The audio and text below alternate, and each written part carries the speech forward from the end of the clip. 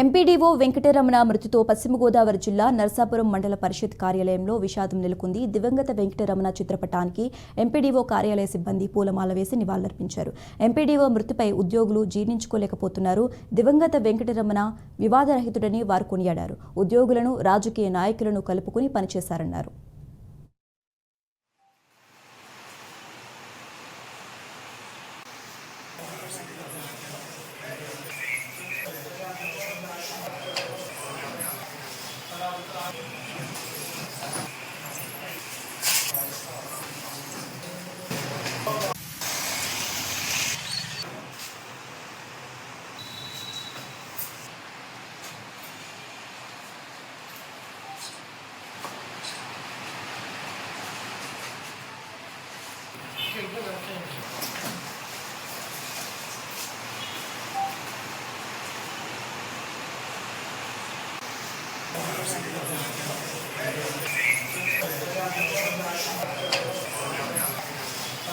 Thank you.